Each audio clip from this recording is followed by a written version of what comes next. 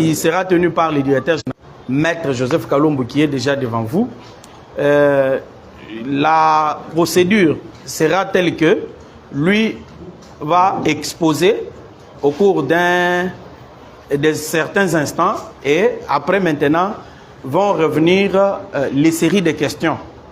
On est peu nombreux, on peut aller en termes de 5, 5, 3, 3, comme ça on va terminer. Je pourrais vous demander que les questions tournent seulement autour de son exposé. C'est beaucoup mieux pour être plus direct.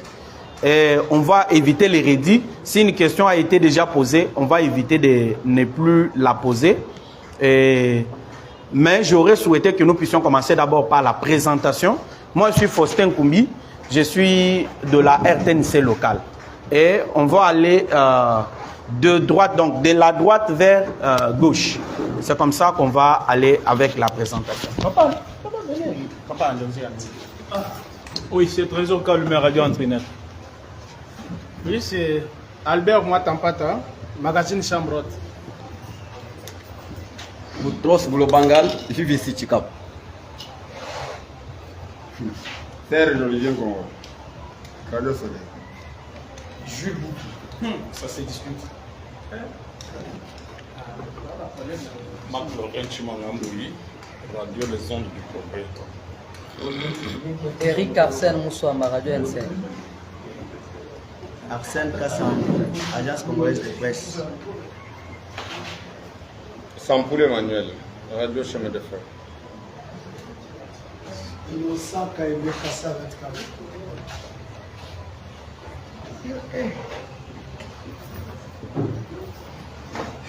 Willy Caron, Kassa S7.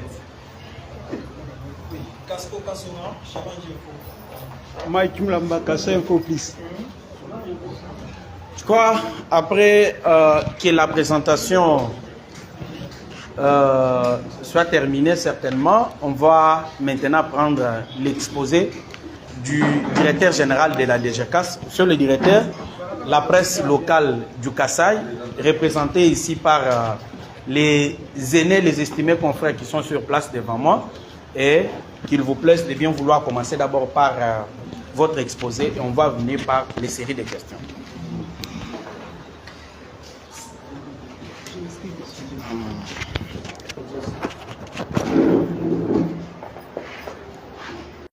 Que je m'étais imposé une discipline de silence parce que je voudrais prêcher aussi à la face du monde que la politique elle est différente de l'administration et surtout l'administration financière.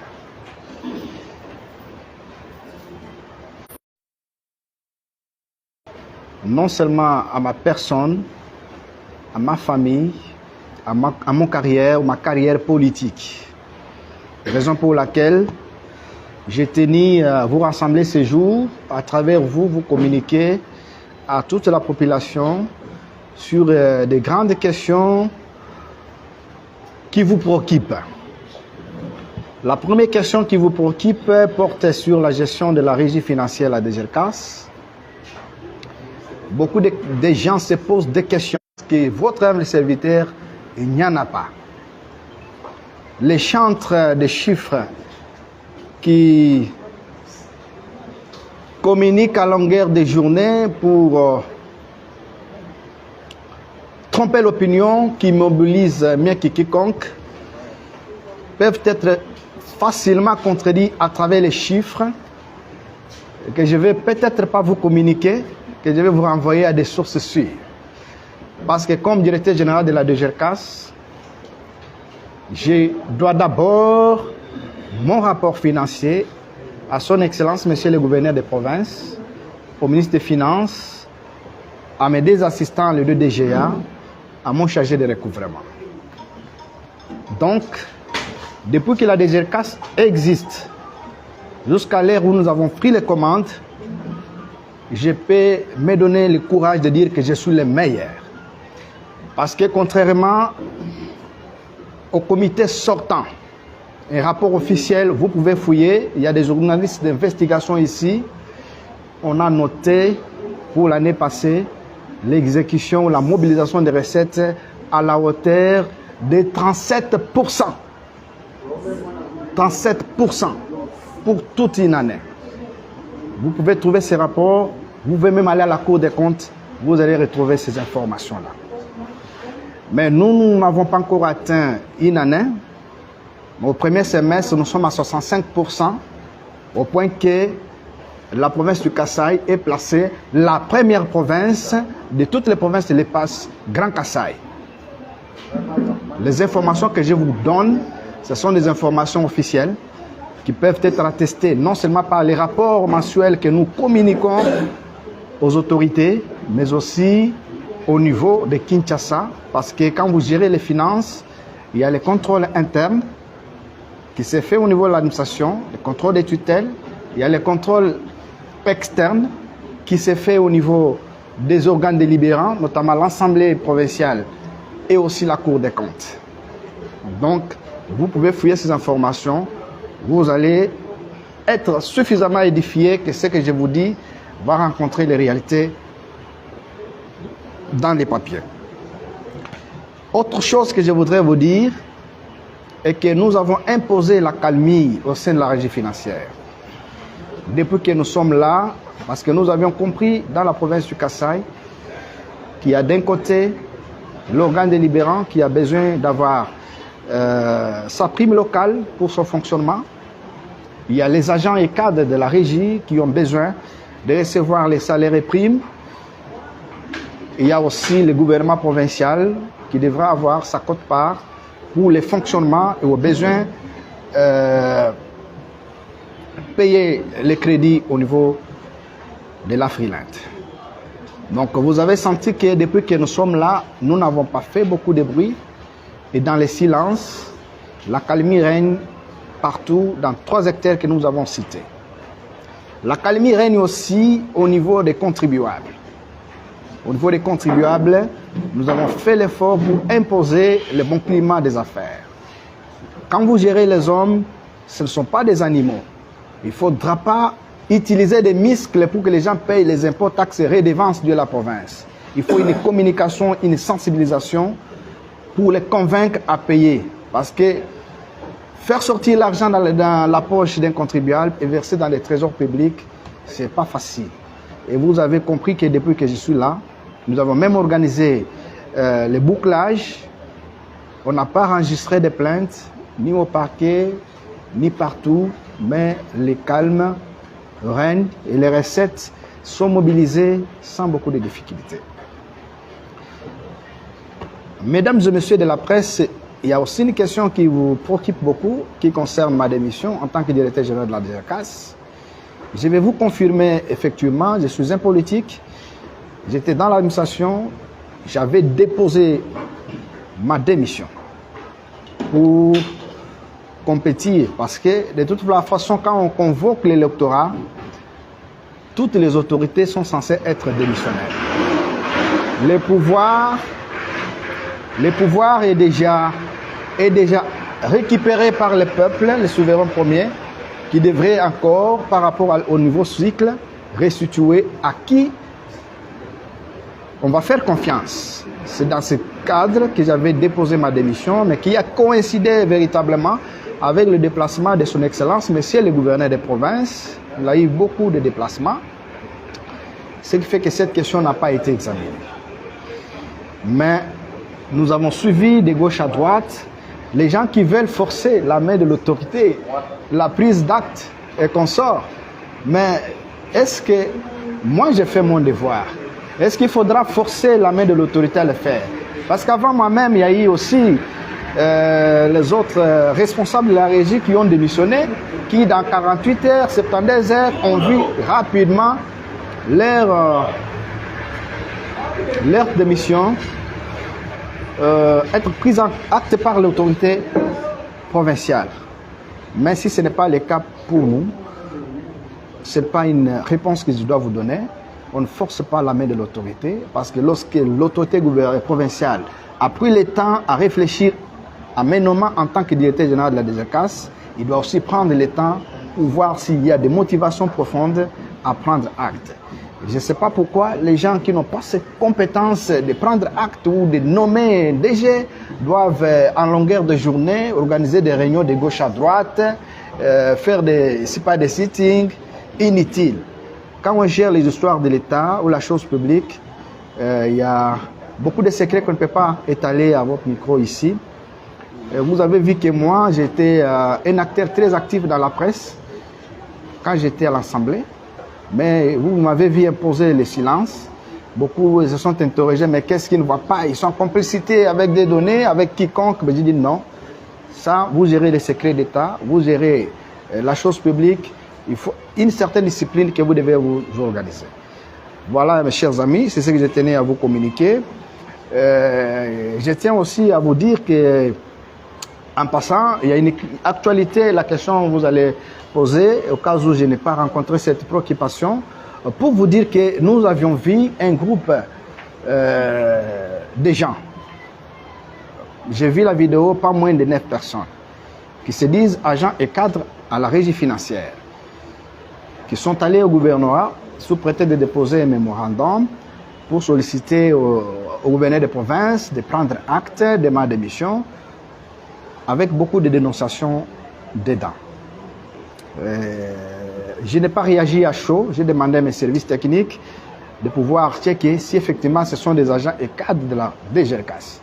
Et je suis désolé de vous informer que moins de 7 agents ont été identifiés dans la liste de pratiquement 54 personnes que nous avons vues dans les paperasses qui circulent même dans les réseaux sociaux.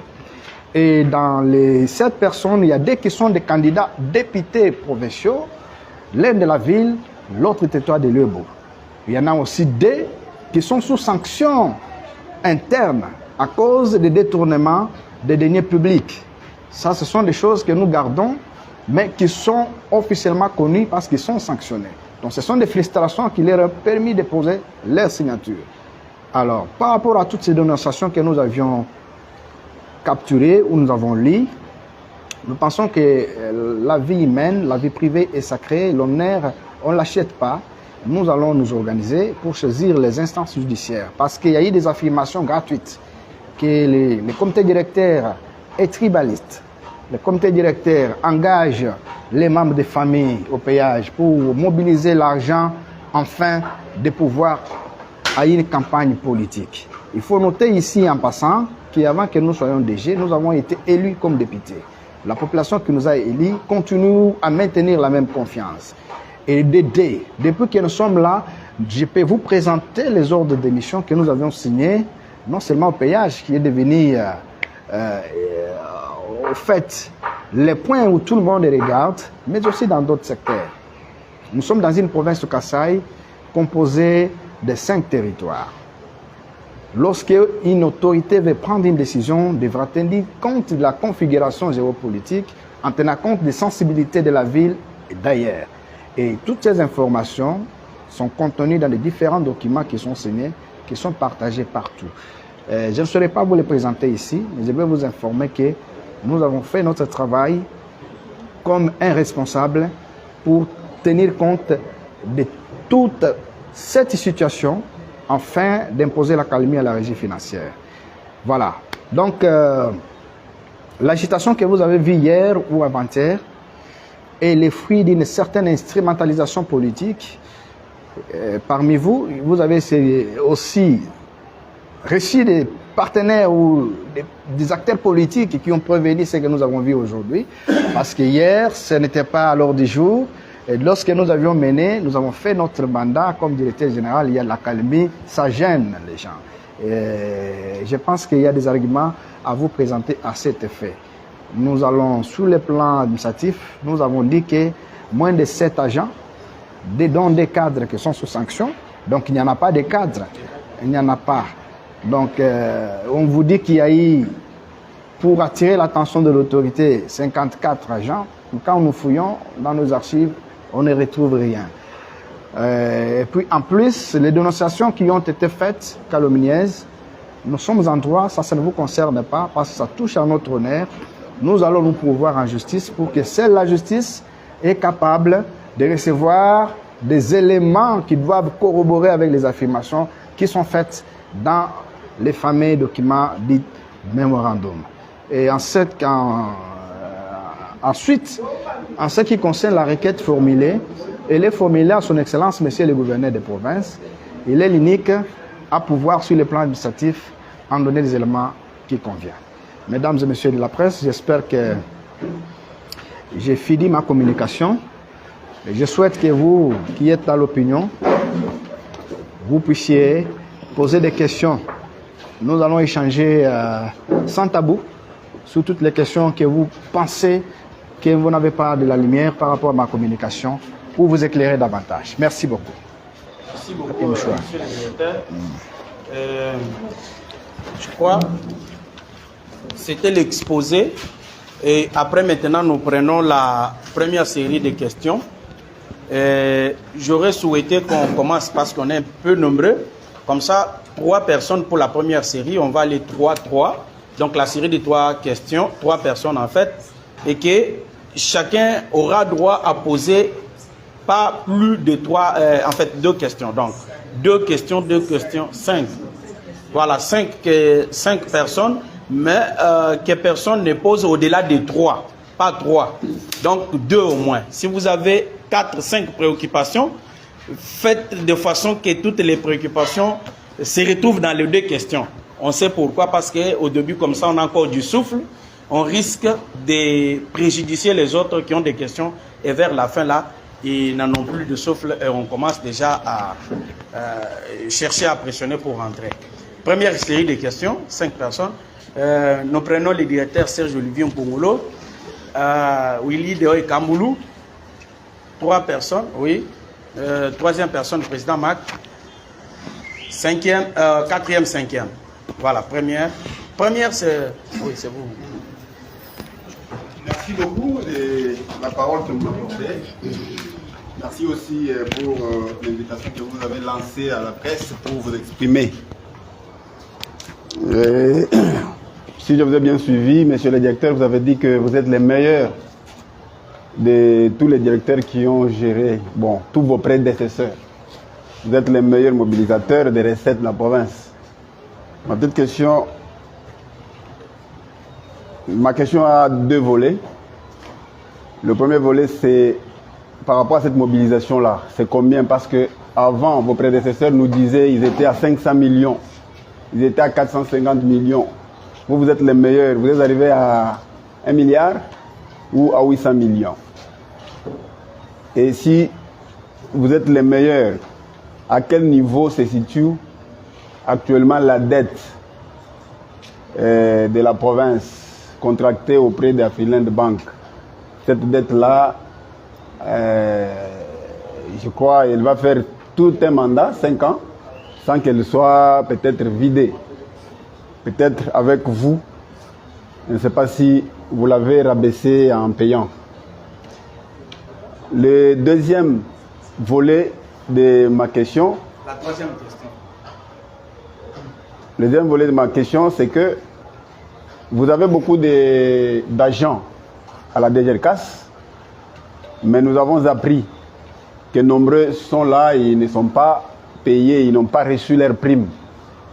Vos prédécesseurs nous ont démontré plusieurs fois qu'ils avaient mobilisé, ils ont quand même ajouté beaucoup de nouvelles unités qui n'étaient pas payées, ils ont commencé à recevoir leurs primes.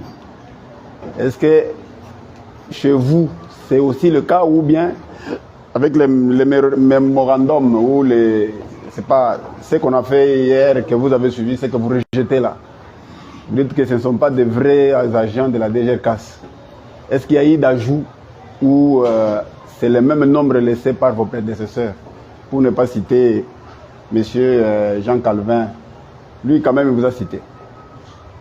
Voilà. Oui, je crois que je termine mes deux questions là. Sont comprises. Oui.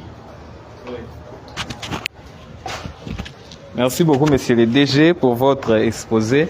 J'ai 2 petites questions. La première, c'est que vous confirmez que vous avez déposé votre démission, mais en déposant, c'est-à-dire, vous vous attendez à cesser vos activités. Mais pourquoi vous avez déjà déposé la démission, mais vous continuez à poser les actes comme un 2G. La deuxième, vous avez dit que la province du Kasaï est la première de l'espace Grand Kasaï à mobiliser beaucoup de recettes.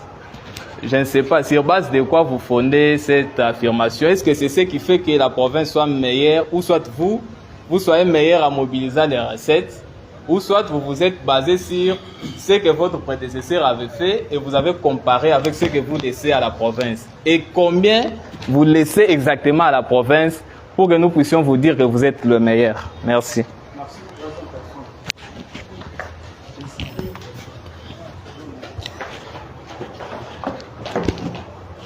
Bon, merci de m'accorder la parole. J'aurais pu dire qu'il ne reste plus rien comme consistance dans mes préoccupations, puisqu'elles étaient ramassées. Mais tout de même, il y a certains aspects de ces dites préoccupations sur lesquels je voudrais que le DG de la DGRCAS nous apporte un peu plus de lumière. Monsieur le DG, vous dites que parmi ce qu'il y a à mettre à votre actif, il y a cette accalmie qui s'est installée à 3 niveaux. Vous l'avez épinglé au niveau du gouvernement, au niveau de l'Assemblée et aussi au niveau du contribuable. Nous vous le concédons. Que pouvez-vous nous dire de cet autre niveau, du dernier bénéficiaire de toutes les actions des gouvernants, la population? Est-ce qu'à son niveau, vous êtes également convaincu qu'il y a accalmie par rapport au travail que le directeur général de la DGRCAS est en train de produire? La deuxième préoccupation, ou le dernier aspect de mes préoccupations, vous vous jetez des fleurs en vous faisant passer pour le meilleur directeur général de la DGRCAS. Vous parlez sans pouvoir les préciser des chiffres qui sont meilleurs que tous ceux de vos prédécesseurs. Il y a un adage qui dit « c'est la fin qui justifie les moyens ». Les prédécesseurs utilisaient peut-être des méthodes qui, d'après vous, n'ont pas été bonnes. Et vous aviez opté pour changer des méthodes suivant lesquelles vous allez procéder à la mobilisation des recettes. Pour quelle fin? À quoi vos propres méthodes à vous ont-elles abouti au profit de la population qui est l'ultime bénéficiaire de l'action gouvernementale? Merci. Président, deux questions. Le président a respecté quand même. La quatrième personne doit aussi respecter. Deux questions. C'est bon. Ouais. La cinquième et la dernière. La dernière. La quatrième. Merci beaucoup à monsieur le modérateur de la parole. Merci également à monsieur le directeur général de la DGRCAS de son exposé riche en couleurs. Je l'ai suivi avec toute attention particulière. Les manifestants d'hier qui ont déclaré devant le vice-gouverneur vous accusent d'être tribalisme dans votre prise de décision. Dernièrement, pas même 2 semaines, nous avons appris que 2 agents de la DGRCAS ont été surpris, main dans les sacs, avec les carnets falsifiés. Montant colossal, on estime, dans les guillemets, près de 10 millions de francs congolais. L'un à Kachongo, péage Kachongo, l'autre au péage Chamoussanda. Les manifestants vous accusent d'être tribalisme. En tant que directeur de la DGRCAS, quelles sont les précautions que vous avez prises pour mettre fin à cette situation qui continue jusque-là dans les couloirs coulés d'encre? Merci, je vous dis. Merci beaucoup. La cinquième personne. Allez-y, la caméra va venir après.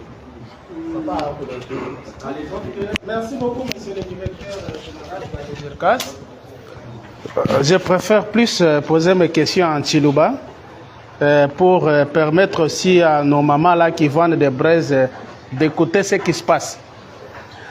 Mukalenga Mlomboji wa Chibambalo cha Mpetu, munda wa province wa Kasai, Joseph Kalombo Kanku. Konku yanyi ijinu nkweu, idimu wakalibiji. Lukongu lwa kumpala. Malande bani babi fuita munafang katoni mpinja jimunyi. Walu tujitumva ni kafafaye kwa nswaka, kucheneka biji uba pesha, uba lambula, bumufumu kwa buba lambula paka letu. Kagwe ne jeid. Kachiko selu kibiji. Malande baka biji ni ministre wa finance ajimunyi. Walu tufumva ni nijibini kawana toni mena. Kaji tumva buni mulembo kachenu kwa tukubijeta. Merci. Toi, le Congo, on est fait le tour. C'est un nouveau fond. Le Congo, on est cage. Makoton soit du combattant de Fatsa Dino, ou à mobiliser tout ça. C'est tout intention. Bon, jusque là, province qu'on a en combat. Merci. Merci beaucoup.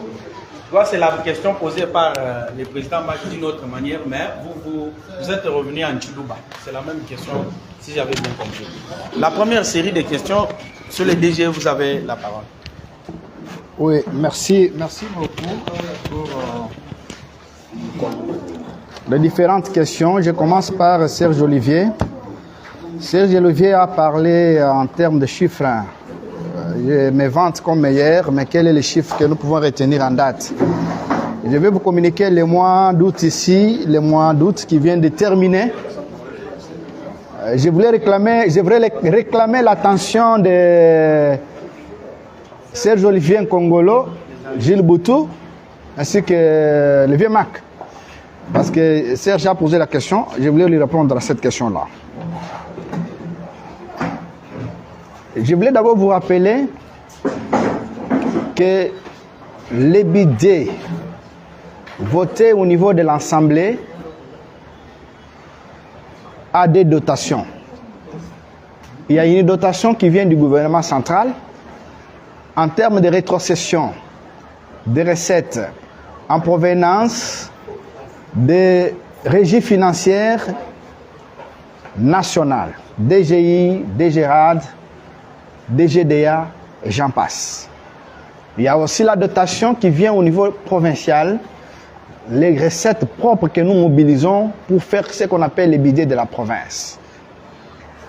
En ce qui concerne les budgets de la province, c'est la DGRCAS qui a reçu mandat de faire cette mobilisation. Et en fonction des différents intervenants, la DGRCAS a reçu comme assignation à la fin de chaque mois, nous devons mobiliser 638 711 474,25 francs congolais. Ça, c'est l'assignation mensuelle. Sans entrer en arrière, parce qu'il y a beaucoup de chiffres à vous communiquer, je vous communique les chiffres récents.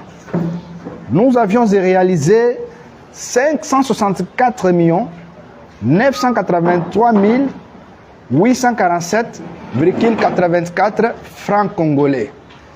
Il doit être le premier chiffre à être mobilisé ou réalisé depuis que la DGRCAS existe dans la province du Kasaï. Et les données sont exactes et avec des preuves à l'appui. Donc je peux dire par rapport aux assignations, nous pouvons être, si pas 85%, nous sommes à 95 ou 90% des assignations que nous avions reçues pour la mobilisation locale. Les chiffres que j'ai donnés de 65%, nous avions combiné tous les semestres. Ce que nous avons réalisé, ça donnait 65%. On fait la moyenne. Vous pouvez ces mois, vous mobilisez 50, 55, 60, 75. Quand les experts font la moyenne, vous communiquent, vous avez 65%. Et ce qui fait que nous sommes la première province, vous pouvez fouiller, il y a des journalistes qui sont avec vous, ce que je parle, je m'assume en tant que responsable de la régie financière. À quel niveau se situe la dette contractée à la Freeland? Chers amis, les compétences sont d'attribution. Et cette question ici que vous avez posée, il y a encore quelqu'un qui a aussi posé cette question de l'impact de ce qu'on mobilise vis-à-vis de la vie de la population. La DGRCAS a reçu mission de mobiliser des recettes au profit de la province.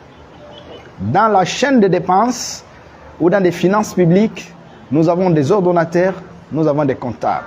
Donc, c'est-à-dire, lorsque vous mobilisons, vous n'allez pas nous poser la question, allez répondre à la place du ministre des Finances ou de son Excellence, Monsieur le gouverneur de province. La dette a été contractée par le gouvernement provincial qui n'a rien à voir avec la régie financière. Je ne peux pas prendre leur place pour usurper les fonctions et créer des conflits inutiles. Donc j'espère que le ministre des Finances est mieux placé pour vous communiquer ces informations. Nous sommes avec lui, nous sommes service technique. Nous puisons des informations. Nous puisons des informations pour mettre à la disposition des autorités et ce sont les autorités qui vous les rendront publiques. Parce qu'il y a aussi une question dans la foulée. J'espère que c'est Marc Lorrain qui a posé cette question. Il dit, mais pourquoi vous avez changé des tactiques? Pour lui, il fallait que nous puissions pérenniser ce que vous avez vécu la fois passée. Non, nous avons dit, nous ne pouvons pas faire ça. Parce que DG de la DGCAS, l'objectif, vous irez les textes. Il faut avoir aussi le temps de lire les textes. Si vous n'en avez pas, communiquez-moi vos numéros WhatsApp, je vais vous transférer. Vous allez lire les missions de la DGCAS, les attributions du DG, du DGA jusqu'au dernier agent. C'est en fonction de ces attributions légales que nous agissons. Nous ne pouvons pas aller au-delà de ce que la loi nous donne comme attribution. Donc, c'est-à-dire, nous mobilisons les recettes. Les recettes, on ne mobilise pas dans nos poches. Il y a deux façons de mobiliser des recettes. Pour les milliers bancaires, il y a un acte comment on appelle, on fait l'ordonnancement au niveau des notes de perception. Vous allez vous-même payer à la banque. Dans les milliers où il n'y a pas de banque, il y a ce qu'on appelle les bons d'entrée-caisse. Donc, c'est-à-dire les contribuables qui arrivent pour payer la taxe ou l'impôt dit à la province, il vient, il déclare, il donne son argent, il y a un bon d'entrée-caisse qu'on remonte à la régie pour reversement en banque. C'est ça le mode de fonctionnement de la régie financière en termes de recettes. Lorsque les recettes sont placées en banque, ce n'est pas l'apanage du DG pour manipuler ni à la source ce genre de finances. C'est l'ordonnateur qui doit faire ce travail-là. Donc, je voulais vous répondre à cette question pour dire que je ne saurais pas vous communiquer en termes de ce qu'il y a dans la banque, mais je vous dis, je suis sûr que le crédit a sensiblement diminué à cause de ces réalisations parce qu'il y a toujours une quantité que la banque opère chaque fin de mois. Mais au regard de ce que nous avions comme mobilisation, j'espère que le crédit a sensiblement diminué. Beaucoup de gens n'ont pas reçu des primes. Ça, c'est Serge Olivier qui se pose cette question. Chers amis, j'aurais voulu connaître, il s'agit de quel agent qui n'a pas reçu prime ou salaire. En fait, en réalité, à la DGCAS, le gouvernement provincial, à travers son Excellence, Monsieur le gouverneur de province, avait dit sur les recettes que nous mobilisons, il y a 20% qui revient d'office à la DGCAS, dont 10% pour la prime ou les salaires des agents, 5% fonctionnement, 5% service d'assiette. Donc, depuis que nous sommes là, nous avions respecté. C'est ça ce que dit la loi. Le texte que j'ai promis de mettre à votre disposition consacre ces dispositions-là. Donc, dans les 10%, il y a ce que les gens parlent de primes ou salaires. Mais en réalité, les salaires, nous payons à ceux qui sont sur l'arrêté, qui sont connus officiellement. Mais pour besoin de la cause, il arrive, et ça se passe dans toutes les régies financières, nous avions trouvé un phénomène de NU qui sont recrutés pour sensibiliser. Ils sont dans les différents codes, qui les tirent art, ministère de l'Intérieur, pour sensibiliser les gens à payer. En fonction de leur mobilisation, c'est ainsi qu'à la fin du mois, nous disons telle équipe a fait ceci, on doit une prime de mobilisation des recettes. Donc ça, c'est une précision que je voulais vous apporter pour que vous ne puissiez pas prétester l'ignorance. Parce qu'il y a des gens qui ne font rien. Et généralement, la DGCAS, c'est ce que je constate. Les gens peuvent venir, ils ont de l'ordre de mission, ils sont en train de balader de gauche à droite, ils sont enseignants, ils sont dans notre service à la fin du mois. C'est ce que le comité sortant n'avait pas perçu comme problème, c'est-à-dire qu'il y avait toujours de temps en temps ce genre de tensions au niveau de la régie financière, mais nous avons maîtrisé pour leur faire voir, vous avez choisi de travailler à la banque, vous avez choisi de travailler dans notre service, laissez la DGCAS tranquille, au lieu de venir faire des bruits ici, ce n'est pas un milieu politique, c'est un milieu administratif, vous devez vous conformer à l'administration. Willy Dehay a posé la question. Nous avons démissionné, pourquoi nous continuons à poser les actes? Moi, je ne nie pas que je n'ai pas démissionné. Mais, vous savez, je ne suis pas venu en l'air. Je suis venu par un arrêté du gouverneur de province qui m'a nommé comme tel. Et quand vous cessez, vous décidez de démissionner, vous allez attendre l'autorité de se prononcer là-dessus. J'espère que l'autorité vous a dit, d'un côté, il doit examiner la correspondance pour se prononcer. Vous n'allez pas le forcer à prendre acte ou ne pas prendre acte. C'est dans son intime conviction, il peut dire que ce comité me rend de loyaux services. Je peux refuser pour que le comité continue ou j'accepte pour mettre fin à ça. Donc à cette question, c'est ni de ma compétence, non plus pour votre compétence. Mais tant qu'il n'y a pas un acte contraire, c'est l'unique arrêté qui nomme le DG avec ses deux assistants, les DGA. Donc il n'y a pas un arrêté qui a abrogé celui-ci. Donc c'est-à-dire que j'ai continué à engager les services parce que celui lui-même qui nous a donné les responsabilités ne nous a pas retiré cette confiance. Il y a une question posée ici. Bon, pourquoi la province est la meilleure? Qu'est-ce que vous laissez à la province? Mes chers amis, bon, vous étiez habitués à voir une DGCAS qui était à la merci de tous. Matin, midi, soir, apparemment les gens avaient abandonné tout ce qu'ils pouvaient faire comme service. Les armes étaient orientées vers la régie financière, mais sans creuser ce qu'il y a véritablement, quels sont en termes de problèmes, mais on tirait à boulet rouge. Même les journalistes étaient même associés à ces événements sans avoir l'information à la source. L'ARIMER était en train de gérer la régie à la place de la raison. C'est ce qui tue notre province. Je voudrais que quand vous avez besoin d'informations, il faut l'avoir. Ici, je vais profiter vous dire, la DGCAS a pour mission de mobiliser les recettes.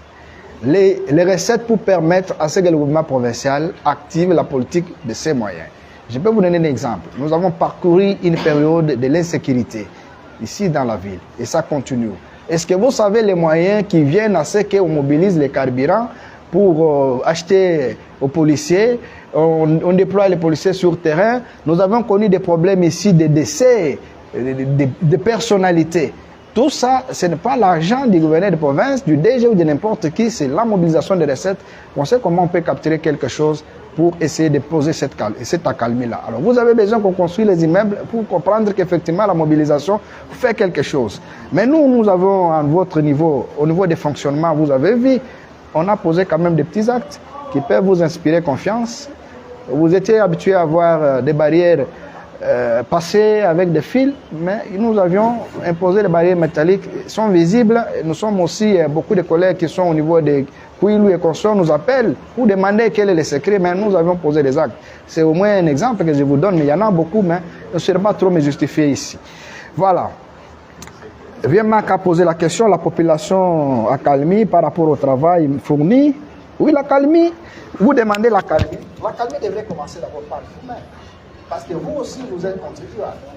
Vous devez poser des questions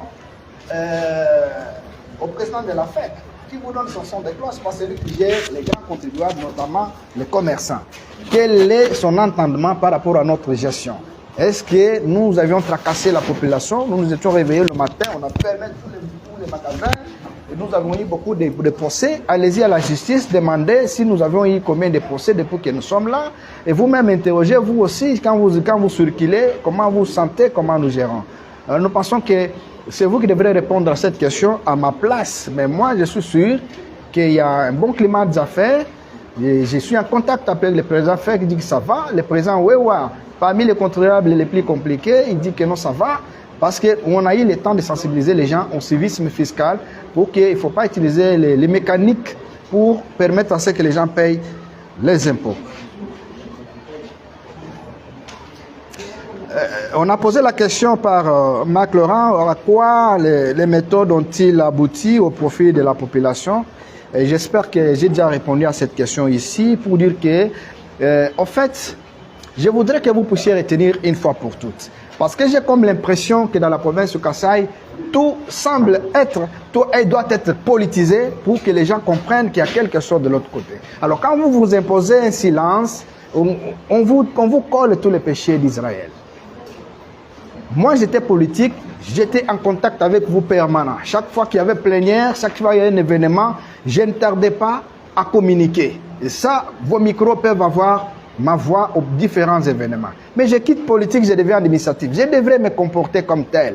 Quand vous êtes dans l'administration, la plainte que vous pouvez formuler vis-à-vis de la hiérarchie, c'est par écrit. Il faut attendre l'exécution, il faut aller comme ça. Les gens voudraient me voir m'agiter matin, midi, soir pour communiquer. Au fait, je voudrais vraiment faire l'effort pour que les gens comprennent que il faut vous adapter en fonction de l'environnement où vous allez vous retrouver.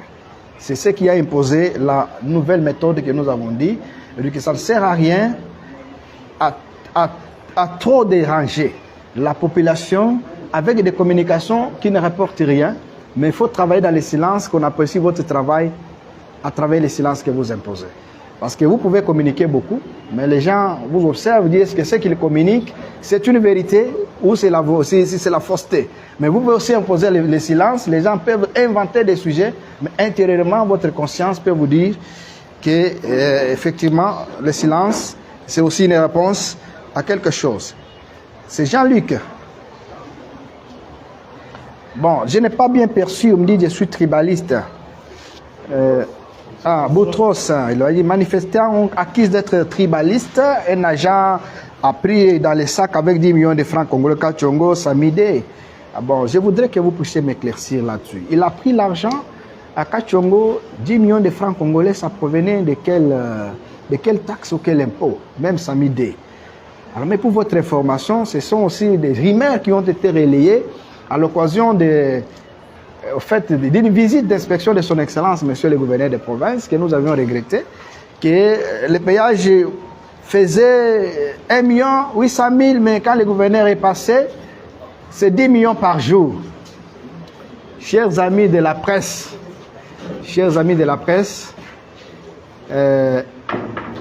je sais que la province du Kasaï, surtout à une période où nous traversons ici, préélectorale, il y a beaucoup de politiciens qui peuvent vous utiliser pour saper l'image de l'X, Y.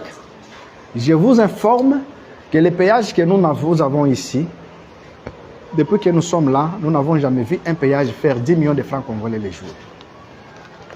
Et surtout les péages de Samide, qui pour réaliser même 1 million de francs congolais, il faut bousculer beaucoup. Donc, ça c'est une fausse information que je rejette tout de suite, comme directeur général de la DGCAS. Bon, vous avez demandé des solutions. Vous savez, quand on gère, nous avons dit que nous sommes comportés administratifs. Tout ce que nous recevons comme doléance, la première est réservée au gouverneur de province. Quand le gouverneur a fait l'itinérance des jours, ça alertait des gens comme si le ciel et la terre devraient se croiser. Mais c'est nous qui avons demandé au gouverneur d'aller aussi voir ce qui se passe dans les péages, et plus particulièrement aux postes ou aux services qui sont commis à des différents postes, pour qu'il ait une idée afin de décider en toute responsabilité. Et je vous informe, les réformes sont en cours. Vous avez posé la question, qu'est-ce que vous faites? Nous allons faire des réformes, nous n'allons pas les dire au micro ici. Ça, c'est en interne. Il y a déjà une arrêté qui est déjà signée pour la réforme à la DGRCAS, et bientôt on va prendre des dispositions, si pas interdire la manipulation d'argent manuellement, mais aussi imposer la numérisation des recettes de péage. Parce que j'ai comme l'impression que les gens voient les péages ici comme le ciel et la terre. Mais les péages, ce n'est pas seulement Chikapa, les péages sont partout. Ils sont partout. Vous voyez, les gens veulent s'entretuer autour de ces péages, croyant que il y a des choses qui sont cachées là-bas. C'est ce qui est dans des réformes, en termes de solutions pour votre information, que ça ne soit pas une surprise, on va numériser le péage dans les jours à venir. Mais les jours là, ce n'est pas moi qui va vous les communiquer, ça sera l'excellence, monsieur le gouverneur de province.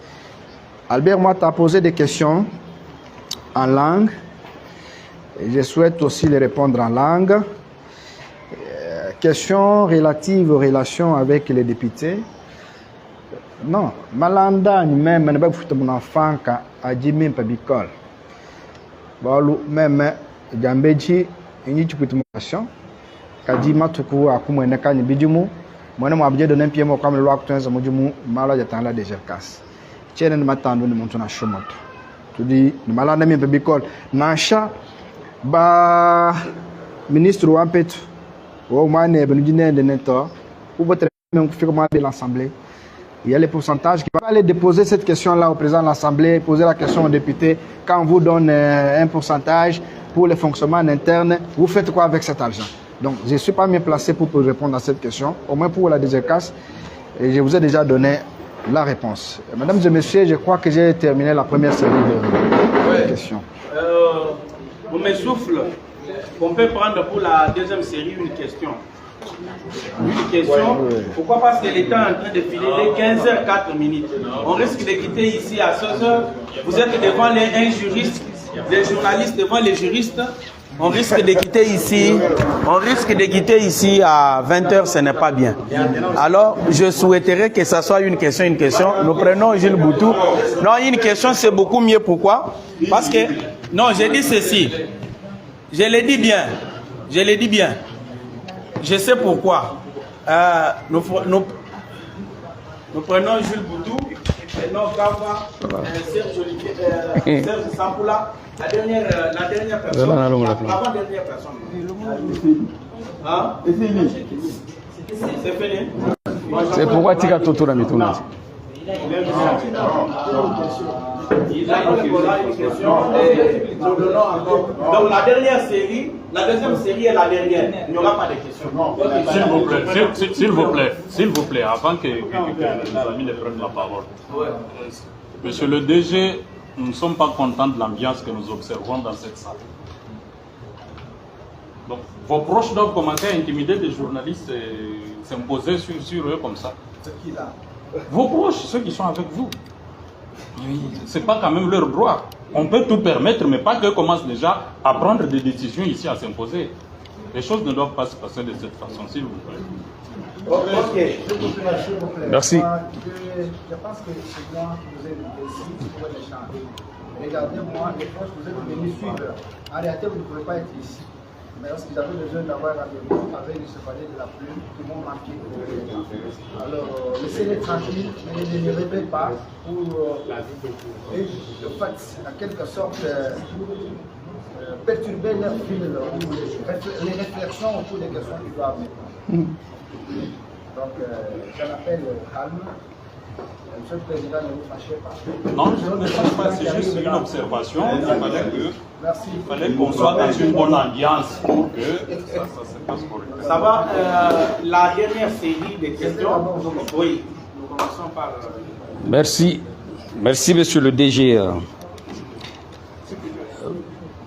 Batiga Totuna Mituna, s'il vous plaît, parce que je ne sais pas s'il y aura une autre occasion. Neti Alelo. Monsieur le DG, après toutes ces révélations, est-ce qu'au jour d'aujourd'hui, on peut dire que cette province a l'argent? Si oui, pourquoi on se plaint que la province ne décolle pas? Sinon, à qui incombe la responsabilité? La deuxième question, je ne sais pas s'il y a quelque part où on dit, quand vous démissionnez, et avant de rester chez vous à la maison, il faut que le gouverneur prenne acte. Vous êtes politique aussi. Est-ce que pour votre notoriété,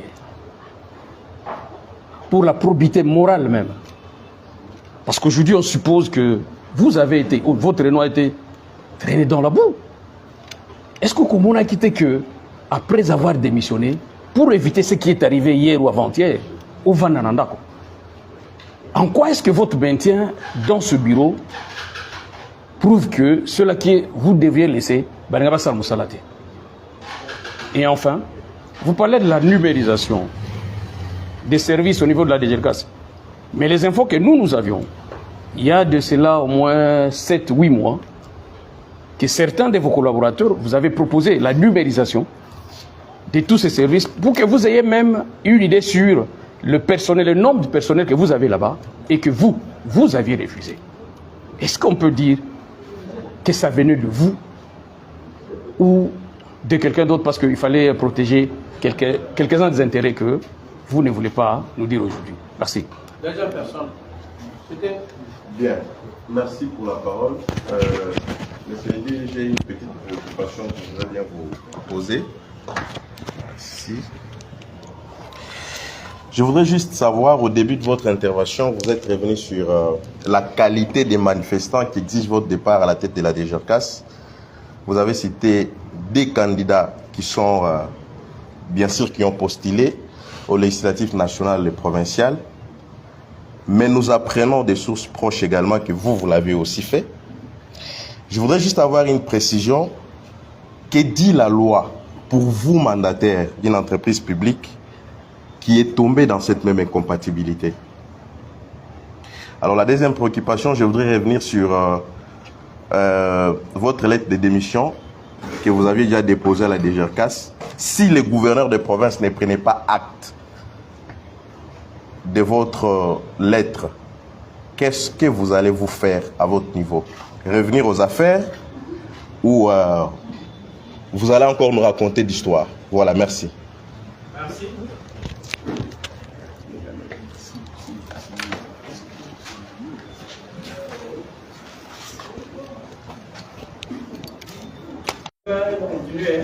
Oui, bien, merci, monsieur le DG. J'ai une question de précision. Parle-nous un peu de votre relation avec vos deux assistants.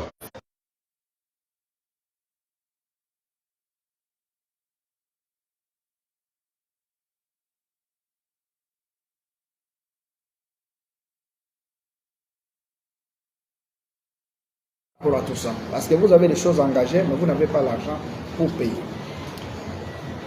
Démission, pourquoi? Pour garder notre autorité, il faut rester à la maison.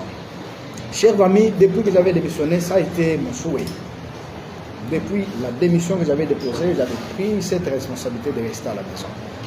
Mais il faut noter que l'administration est différente des sentiments et différente des aspects politiques. C'était nécessaire. J'avais démissionné effectivement, mais il fallait que le gouverneur de province en prenne acte pour prendre une décision contraire. Et ça n'a pas commencé avec moi. Même les comités sortants, les autres comités, il y a eu des démissions, ça n'a pas été de manière automatique pour que ça se fasse comme ça. Donc notre volonté, quand on prend une démission, c'est une décision suprême. Où votre conscience, vous avez examiné, vous dites, moi j'ai démissionné.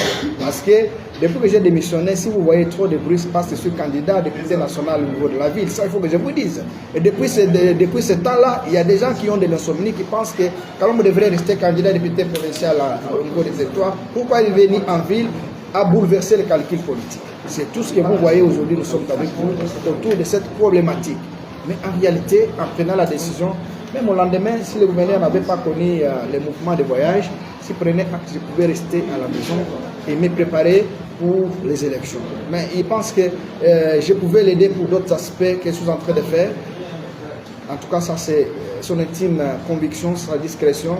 Vous n'allez pas les retirer de ses pouvoirs de faire. 7 ou 4 mois proposé. Bon, on m'a proposé l'informatisation. Qui m'a proposé? Moi, je suis le président du comité de gestion de la DGRCAS.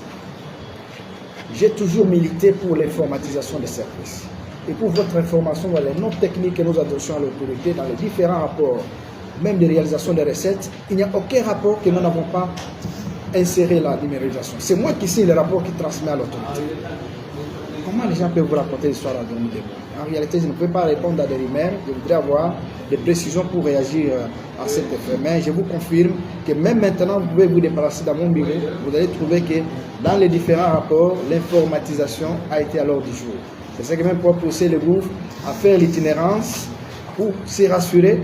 Et au lendemain, vous avez vu les agents d'une banque de la place, je ne peux pas faire la publicité, qui sont allés déjà en contact en perspective de cette réforme. Est-ce que quand on fait des propositions à l'autorité, il fallait commencer à vous approprier, à faire des marketing sur la place publique? Non, on se limite à ce niveau. C'est l'autorité elle-même qui va s'en charger quant à ça. Et non qu'à voir. Que dit la loi pour incompatibilité? Non, la loi dit pour les élections, quand vous êtes mandataire, vous déposez la démission. C'est ce que j'ai fait. J'ai déposé ma démission, c'est pourquoi ma candidature a été déclarée recevable. Voilà. À ce niveau-là, c'est fini. Bon, la loi n'a pas bougé pour dire qu'il faut prendre acte pour la suite. Non, ça c'est sur le plan de l'administration. Et l'administration fait son travail. Ça peut être aujourd'hui, demain ou après-demain, que le gouvernement prendra acte, mais pas sous les humeurs des uns des autres, lorsque son intime conviction le voudra. Qu'aujourd'hui, je veux qu'on se sépare avec Kalombo, il peut aller rentrer à l'Assemblée ou vaquer à autre chose. Voilà, c'est ce que je peux vous dire. Si le gouverneur ne prend pas acte, que faire? Allez-vous revenir à l'histoire? Mais je suis encore DG, on n'a pas aligné ma décision. Ma décision est là. Si le gouverneur dit DG, moi j'ai besoin de vous, continuez. Vous allez faire quoi? C'est le service public, c'est pour tout le monde. S'il me fait confiance, je continue. S'il me dit non, DG, moi je pense que nous pouvons arrêter par là. Et c'est fini, je m'arrête. Je rentre là où j'étais venu. Voilà. Donc, ce côté-là, je suis clair là-dessus. Samboula. Parle-moi de vos relations avec des assistants. Il y a déjà non, mais les assistants sont fixes. Pour votre information, la première proposition était qu'on fasse ce point de presse à la DGRCAS.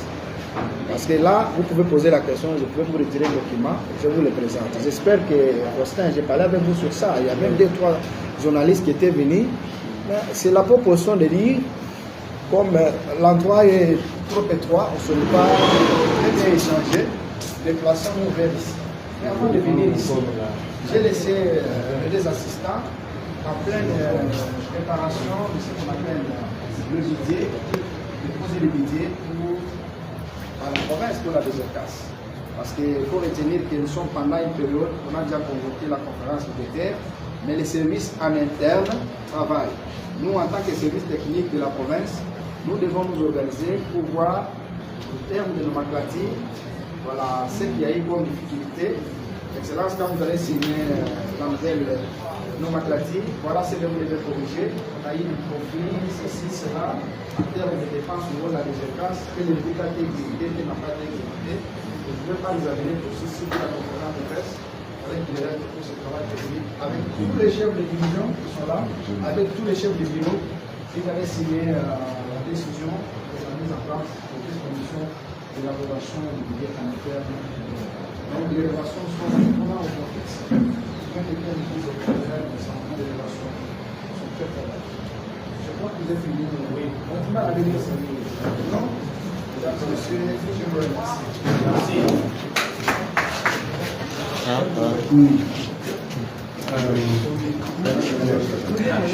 Merci.